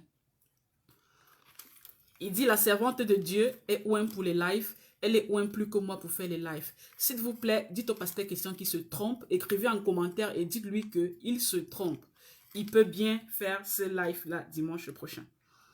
Donc, ouvrons le livre de Genèse, chapitre 1, s'il vous plaît, pour répondre à la question de notre frère. Chapitre 1, verset 29. Chapitre 1, verset 29, frères et sœurs, pour répondre à la question du frère Nathan. Dans le chapitre 1, verset 29, vous voyez, le Seigneur dit, je lis la parole de Dieu, et Dieu dit, voici, je vous donne toute l'herbe portant de la semence et qui est à la surface de toute la terre, et tout arbre ayant en lui du fruit d'arbre et portant la semence. Ce sera votre nourriture. Dans le verset 30, le Seigneur dit, et à tout animal de la terre, à tout oiseau du ciel, et à tout ce qui se meut sur la terre, ayant en soi un souffle de vie, je donne toute l'herbe verte pour nourriture, et cela fit ainsi. Le frère Nathan a une question par rapport à ce que Dieu dit. Dieu, dans le jardin d'Éden, a donné comme nourriture tout animal, tous les animaux qui se meuvent, qui volent, et aussi toute l'herbe de la terre. Donc, le frère Nathan dit dans sa question, le Seigneur a donné tous les animaux sans exception à l'homme et aussi les plantes comme nourriture. Mais plus tard aux Israélites, il a interdit la consommation de certains animaux en les considérant comme impurs. Le frère Nathan voudrait savoir pourquoi. Frère Nathan, nous avons vécu tous à des époques différentes. Et à chaque époque spirituelle, Dieu dans sa souveraineté a établi des lois. Personne ne peut questionner la loi de la souveraineté de Dieu. Dans la dispensation, avant la dispensation de la loi, c'est-à-dire à l'époque de nos pères, à l'époque d'Abraham, de Noé, d'Enoch, d'Adam, d'Ève, Dieu avait décidé dans sa souveraineté, vous mangez de tout, sans exception. On ne peut pas questionner ça. C'est ce qu'il voulait, c'est comme ça qu'il voulait que les choses soient. Maintenant, quand Dieu arrive à travers Moïse, les lois de Moïse, à travers le tabernacle qui a été installé, avec l'adoration, avec les lois, les ordonnances et les principes du rituel du sacerdoce, dans la dispensation de la loi, Dieu trouve dans sa souveraineté qu'il y a des animaux qui, lorsqu'on les consomme, vont rendre les peuples impurs pour se présenter au sacerdoce, pour se présenter dans le sacerdoce lévitique, ou alors pour se présenter au temple. Dieu dit, vous ne mangerez pas ces animaux parce que je les déclare impurs. Et les déclarant impurs, si vous les mangez, vous devenez impurs. Et vous serez obligé de chercher un rituel de purification.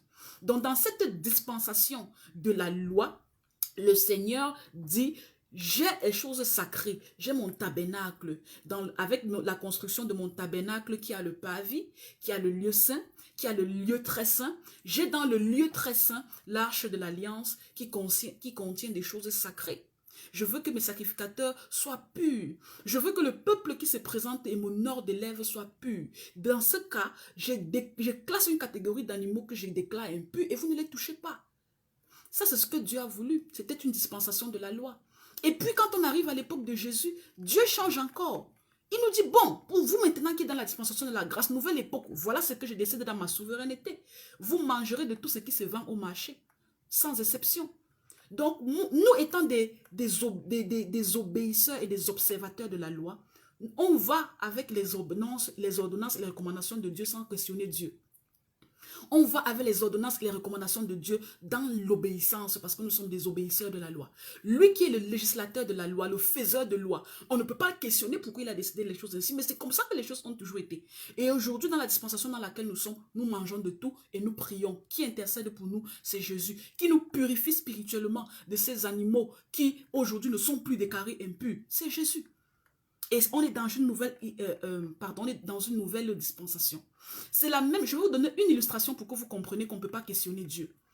À l'époque de Moïse, on vous considérait comme adultérien si vous aviez fait les rapports sexuels avec la femme de quelqu'un. Jésus est arrivé, il a dit non, ça ne se limite plus là. Moi, je vous dis que celui qui a seulement convoité dans le cœur. Les gens vont se poser la question, mais pourquoi à l'époque de Moïse, Dieu avait décidé, on pouvait convoiter sans forcément avoir péché. Le péché, c'était quand on faisait la consommation du sexe. Pourquoi dans cette époque-là, Dieu a décidé ça? Et pourquoi à l'époque de Jésus, la condamnation n'est plus seulement au niveau de l'acte, mais déjà dans la convoitise du cœur, on est condamné. C'est Dieu souverain qui a décidé les choses ainsi. Et nous qui sommes fidèles, obéissants à Dieu, nous on obéit sans se poser des questions. On avance selon la souveraineté de Dieu, c'est ce qu'il veut, c'est ce que nous allons suivre et c'est ce que nous allons observer parce que nous sommes des disciples de Christ.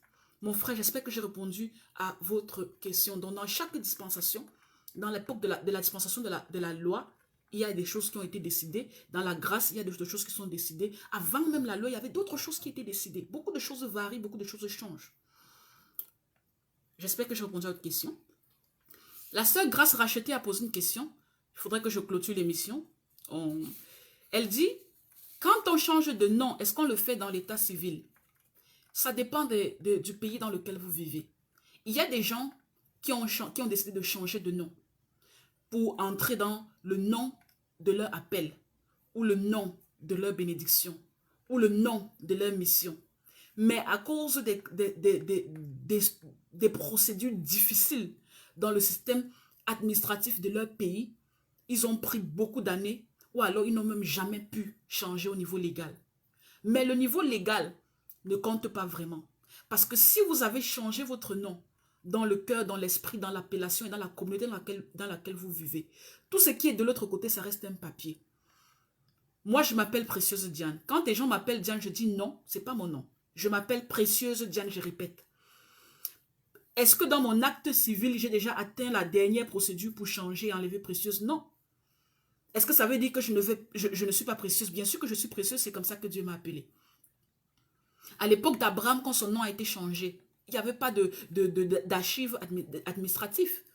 On lui a informé, voilà comment tu t'appelles. Qu'est-ce qu'il a eu à faire? C'est juste changer et expliquer le changement et annoncer le changement à tous ceux qui vivaient dans sa communauté rapprochée. Il s'est limité là. Donc, si vous pouvez aller jusqu'au changement sur les documents administratifs, faites-le. Si c'est très compliqué et c'est très difficile, ça veut dire que ce n'est pas ça forcément qui compte. C'est vous qui acceptez le nom de votre appel. C'est ça qui est le plus important, ce qu'il y a dans votre cœur et l'état d'esprit avec lequel vous communiez avec ce nouveau nom d'appel. J'espère que j'ai répondu à votre question, ma soeur Grâce Rachetée. Dans certains pays, c'est facile, dans certains pays, c'est difficile. Mais je me dis, nous les chrétiens, nous devons nous battre. Dans le pays où je suis, quand une personne de la communauté transsexuelle change d'identité, un homme qui devient une femme, ils vont se battre pour changer les noms. Et vous allez voir quelqu'un qui a été appelé pendant 45 ans Joseph. Donc, il a changé son nom au niveau légal, mais il s'appelle Josepha. Ça a pris du temps, mais il a bataillé parce qu'il ne voulait plus être considéré comme un sexe masculin. Il a transité dans la communauté transsexuelle, il est devenu un sexe féminin. Il va se battre pour qu'on le reconnaisse dans l'identité féminine.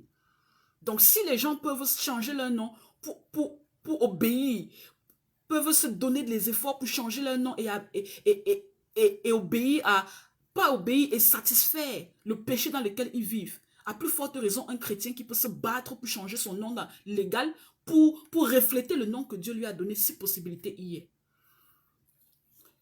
Le frère Nathan dit dans le commentaire, pouvons-nous dire que c'est la même chose qui s'applique à la polygamie? Parce qu'apparemment, Dieu n'a pas puni les prophètes comme Israël et les hommes dans le passé. Mais maintenant, ce n'est pas le cas parce que c'est un péché. Nous reviendrons sur ce sujet une autre fois, mais je peux, par rapport au contexte dans lequel vous posez, on peut utiliser cette illustration, je suis d'accord avec vous. Je suis d'accord avec vous. Parce qu'il y a plusieurs hommes de Dieu depuis Abraham, ils ont eu ils ont fait de la polygamie. Et Dieu n'a pas forcément regardé la dispensation dans laquelle ils vivaient. Ça n'a pas eu d'impact. Mais au fur et à mesure qu'on change de dispensation, les choses sont vues différemment. Donc, je suis d'accord avec vous, frère Nathan, c'est le même exemple. Dieu est souverain, on respecte sa souveraineté et on s'aligne à ce qu'il veut selon ses désirs, lui, assis sur son trône. Est-ce que nous pouvons prendre rapidement une dernière question? La sœur Sandy des Tropiques, je vais arriver jusqu'à 30. Nous finissons bientôt. La sœur Sandy des Tropiques a posé une question, elle est là dans le live. Elle a dit, Adam et Ève ont-ils eu leur âme rachetée? Les retrouvera-t-on? Est-ce que nous allons les retrouver au ciel? Je repose la question. La sœur Sandy des Tropiques dit, Adam et Ève, est-ce qu'ils ont eu leur âme rachetée? Et elle veut savoir si nous allons retrouver Adam et Ève au ciel. Très belle question. Et c'est en répondant à cette question, je vais vous ramener aussi dans les dispensations. Avant que Jésus-Christ n'arrive et ne meure sur la croix, tous ceux qui mouraient descendaient dans le séjour de mort. Les croyants comme les non-croyants. Je répète, avant la mort de Jésus sur la croix, tous ceux qui mouraient descendaient dans le séjour de mort. En bas, dans le gouffre, les croyants comme les non-croyants. La seule différence, c'est que là-bas en bas dans le gouffre, dans le séjour de mort, il y avait un gouffre qui les séparait. Un espace vide, un néant qui les séparait. Ceux qui mouraient non-croyants étaient du côté de la torture, du côté de la douleur, du côté des regrets. Et ceux qui mouraient croyants étaient du côté du sein d'Abraham, le côté de la paix, de la tranquillité, où on attend l'arrivée du prémisse des ressuscités. Pourquoi? Parce que le péché, personne n'avait encore payé les pénalités du péché d'Adam et Ève. Personne n'était digne d'être retrouvé dans la présence de Dieu. C'est pour ça que les hommes, malgré le fait qu'ils étaient croyants, devaient rester là-bas en bas. C'est-à-dire devaient rester séparés de la présence de Dieu. Lorsque Jésus est mort sur la croix, il a déchiré, la Bible dit que il a déchiré le rideau d'iniquité qui nous séparait des promesses de Dieu. Ça veut dire qu'il nous a éloignés de la colère de Dieu. Il nous a justifiés par son sang, nous sanctifiés et nous purifiés pour que nous soyons trouvés dignes d'entrer dans la présence de Dieu. Et comme Jésus était le premier qui devait d'abord ressusciter d'entre les morts, lui qui est appelé le prémisse de ressusciter, il fallait d'abord que Jésus lui-même premièrement ressuscite et s'asseye à la droite de Dieu pour que après nous aussi les croyants dans le séjour de mort puissions ressusciter et monter avec le prémisse de ressusciter pour s'asseoir à la droite de Dieu. Parce qu'à ce moment-là, le péché avait déjà été payé. Maintenant que Jésus-Christ a ressuscité le troisième jour, en montant au ciel, s'asseoir à la droite de Dieu, il est spirituellement monté avec le sein d'Abraham. La Bible dit qu'il a déplacé le sein d'Abraham pour les faire asseoir à la droite de Dieu. En déplaçant le sein d'Abraham, ça veut dire quoi? Il a déplacé Abraham et toute sa postérité. La postérité d'Abraham, c'est qui? C'est tous ceux qui ont été justifiés par la foi en Dieu. Parce que la Bible dit que Abraham a été justifié par la foi en Dieu. Sa justice lui a été imputée par sa foi. Donc tous ceux qui, comme Abraham, ont eu cru en Dieu, ils ont été justifiés autant qu'Abraham et ils sont devenus la postérité, les fils et les filles d'Abraham. Ayant donc déplacé la famille, la postérité d'Abraham du sein du séjour de mort, Jésus-Christ, le premier ressuscité, les a fait asseoir avec lui à la droite de Dieu. C'est pour ça que Paul dit que ce n'est plus moi qui vis, mais c'est Christ qui vit en moi. La question, est-ce que je verrai Adam et Ève? Oui, parce que Adam et Ève étant dans le sein d'Abraham, le jour où Jésus a déplacé ce sein d'Abraham, Adam et Ève étaient dans ce sein. Abel était dans ce sein. Et ils sont tous aujourd'hui dans la présence de l'Éternel, en train d'attendre le jugement dernier comme nous.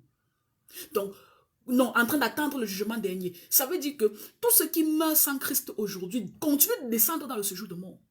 Mais nous les croyants, qui par la grâce de Jésus allons mourir sauvés, nous allons rejoindre le sein d'Abraham au ciel pour attendre le jugement dernier. Ceux qui sont dans la dispensation avant Abraham, parce que vous êtes d'accord avec moi qu'il y avait un peuple qui a vécu avant Abraham, un peuple qui a vécu avant la loi. Parce que ceux qui ont obéi à la loi, dans la dispensation de la loi, seront sauvés par les œuvres de la loi. Mais la loi est venue avec Moïse. La loi étant venue avec Moïse, il y a une catégorie de personnes, Adam, Ève, Noé, Enoch, Abraham, qui n'ont pas vécu sous la loi. Comment donc seront-ils jugés? Ils seront jugés selon la dispensation de la conscience. Et la Bible nous précise que dans le livre de 1 Pierre au chapitre 3 verset 19, que Jésus-Christ, lorsqu'il est mort sur la croix, il est descendu dans le séjour de mort pour aller prêcher aux âmes. La Bible précise que les âmes auxquelles Jésus est allé prêcher dans le séjour de mort, ce sont ces âmes-là qui, à l'époque de Noé, les gens étaient morts dans la période du déluge, qui ne connaissaient pas la gauche et la droite, qui ne comprenaient pas le bien du mal. Jésus allait prêchant là-bas. Il y a ceux qui ont cru en lui dans le séjour de mort et qui ont été déplacés au même moment que le saint d'Abraham. Et il y a ceux qui n'ont pas cru en lui et qui resteront là-bas à perpétuité jusqu'à l'enlèvement de l'Église. Donc, le pasteur Christian précise dans les commentaires la dispensation dite la loi de la conscience. Merci, pasteur Christian. Donc, si vous étiez dans la loi de la conscience, c'est ceux qui étaient là avant la loi de Moïse. Ceux-là ont un jugement différent, avec des valeurs de jugement différentes, des critères de jugement différents. Ceux qui sont dans la dispensation de la loi de Moïse ont aussi des valeurs différentes. Et nous, aujourd'hui, nous sommes dans la dispensation de la grâce, qui vient avec des valeurs et des critères aussi différents. Donc, je vais continuer. Je pense que j'ai répondu à la question de la sœur Sandy des Tropiques. Est-ce qu'on peut prendre une dernière question ou alors on doit se séparer, frères et sœurs?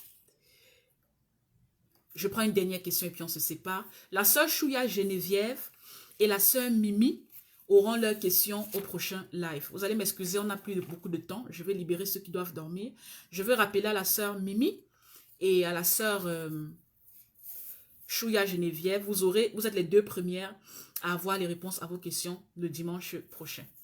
La dernière question, c'est la question de la sœur Sephora. Elle a posé sa question sur YouTube. Elle dit, que dites-vous des églises qui portent le nom de Dieu? Il y a des églises qui s'appellent Jéhovah, Shama, des églises qui s'appellent Elohim, des églises qui s'appellent Shiloh. Pourquoi la sœur nous pose cette question? C'est parce que le live passé, nous avons parlé des gens qui donnaient le nom de Dieu à leurs enfants. Pour ceux qui veulent des détails, allez sur la chaîne YouTube pour suivre ce qu'on a dit de façon détaillée concernant les noms, l'utilisation du nom de Dieu. Sœur Sephora, une église appartient à qui? Une église, ça appartient à Christ. L'église, c'est l'église de qui? L'église, c'est l'église de Dieu. Donnez à César ce qui appartient à César et rendez à Dieu ce qui appartient à Dieu. Si un serviteur de Dieu a décidé de donner le nom de Dieu à son église, c'est le nom de la maison de l'Éternel, c'est l'Éternel. Parce que Christ est dans son corps. Christ est la tête de l'église. Il est le chef de l'église. Si une personne veut dédier le nom de l'Éternel à son institution, il n'est pas en train de dédier ça à un être humain pour pouvoir avoir peur. Il dédie à Dieu, il peut donner ça à cette église, le nom de Dieu comme autorité principale dans l'église qu'il a. Maintenant, il y a des exemples bibliques. Tous les Juifs, lorsqu'ils devaient aller adorer au temple, souvenez-vous à l'époque du sacrificateur Élie, tous, c'est écrit dans la Bible, ils allaient au temple de Silo. Shiloh, là, c'est un nom biblique hébraïque qui signifie, qui est un nom de Dieu. Mais c'était comme ça qu'ils appelaient ce temple-là pour signifier qu'ils allaient dans la maison de l'Éternel. Donc, si aujourd'hui je dis je m'en vais au temple de l'Éternel, je m'en vais à l'église Jéhovah, je m'en vais à l'église, ça veut dire que je pars dans la maison de Dieu. C'est une institution divine qui appartient à Dieu. On peut donner des noms de Dieu à ces institutions-là pour orienter ceux qui sont dans les ténèbres, pour leur montrer le panneau indicateur, la pancade de signalisation de cet édifice divin qui a été consacré pour Dieu et uniquement pour la gloire de Dieu. Donc, frères et sœurs, je vous dis infiniment merci d'avoir été présents ce soir. Pasteur Christian, merci infiniment de nous avoir édifiés. Merci, Pasteur Christian, de nous avoir confortés, de nous avoir conduits à travers cette émission. C'est toujours un plaisir, Pasteur Christian. Et le plaisir sera encore plus énorme si vous êtes avec nous le week-end d'après. Si le pasteur Christian peut faire cette émission, il la fera. Mais je garantis que c'est un peu compliqué parce que le pasteur Christian a beaucoup d'engagement. C'est pas évident pour lui de trouver 1 ou 2 ou 3 minutes libres pour faire les émissions live. C'est pour ça que je suis là tout le temps. Donc, si vous ne le voyez pas le week-end d'après, c'est tout simplement parce qu'il ne peut pas. Le temps, il est extrêmement chargé. Il est extrêmement chargé. Mettons en présence du Seigneur, frères et sœurs, et rendons grâce, adorons-le pour tous ses bienfaits. Seigneur, nous te rendons grâce, nous te disons merci. Merci car tu as été là, par ton Saint-Esprit, tu as éclairé, tu nous as consolés, tu nous as enseignés, tu nous as exhortés, afin que toute la gloire te revienne. Je remets entre tes mains, Père Céleste, toutes ces personnes qui te suivent aujourd'hui. Je te confie leur vie, Père Céleste. Beaucoup traversent des situations compliquées, beaucoup ont des tribulations au niveau de la santé, au niveau des finances, au niveau des relations, au niveau de l'éducation des enfants. Beaucoup des gens qui nous suivent ont des problèmes dans leur relation personnelle avec Dieu. Puisses-tu, Éternel, te souvenir d'eux, comme tu t'es souvenu de ton peuple Israël égaré. Puisses-tu, Éternel, leur accorder ta miséricorde et ta grâce, comme tu as fait à la nation choisie dans le désert. Puisses-tu, Éternel, fermer les yeux sur leur iniquité, afin que là où le péché a abondé, que ta grâce surabonde. Je te rends grâce, Seigneur, de ce que tu as été présent. Je te prie, Éternel, de nous accompagner de ta présence encore la prochaine fois. Qu'à chacune de ces émissions, Seigneur, que nous, présents, nous puissions réduire et décroître, afin que toi seul tu croisses et que toute la gloire puisse te revenir. Protège, Seigneur Jésus, fortifie et bénis le visionnaire de ce ministère, le pasteur Christian, afin que l'œuvre de Christ à laquelle tu l'as appelé continue d'aller vers l'avant. Protège et bénis tous ceux-là qui sont à la brèche dans la chambre haute pour prier, intercéder dans ce ministère afin que les âmes soient continuent d'être protégées, éclairées par ta main forte. Je te prie, Seigneur Jésus-Christ, de toujours nous ouvrir les yeux de ta parole. Ouvre-nous les oreilles de l'entendement afin que chacune des personnes qui me suivent, que lorsqu'ils lisent leur Bible, qu'ils comprennent mieux, qu'ils aiment mieux et qu'ils puissent avancer parce que c'est ta parole qui est la vérité. Parce que le ciel passera, la terre passera, ta parole ne passera jamais. C'est au nom tout-puissant du Seigneur Jésus-Christ de Nazareth que nous avons prié ce soir. Et nous te disons merci, Père Céleste, pour ce que tu es, pour le peuple que nous sommes. Amen. Merci, frères et sœurs, et à la prochaine. Que le Seigneur vous bénisse.